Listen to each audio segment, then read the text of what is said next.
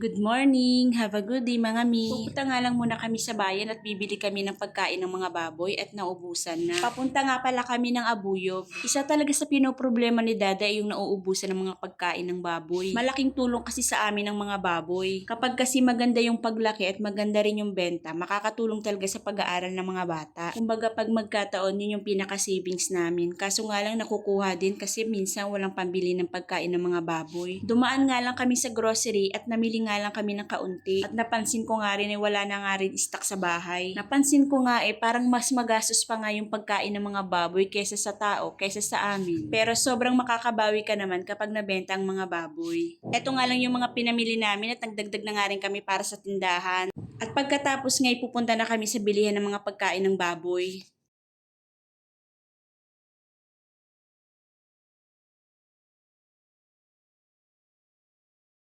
Medyo magastos nga lang ang pag-aalaga talaga ng baboy pero worth it naman. Ito talaga yung nagpapasaya kay Dada kapag maraming stock ng pagkain ng baboy. Iba-iba talaga tayo ng mga kaligayahan sa buhay. Ako naman bilang nanay ang nagpapaligaya sa akin kapag nakakabili ako ng mga kailangan ng mga bata at mga kailangan sa bahay. Isa nga rin sa pinagpapasalamat ko, wala namang bisyo si Dada. Hindi siya nagsisigarilyo at hindi rin siya nainom. Kakaiba nga lang yung bisyo niya, secret.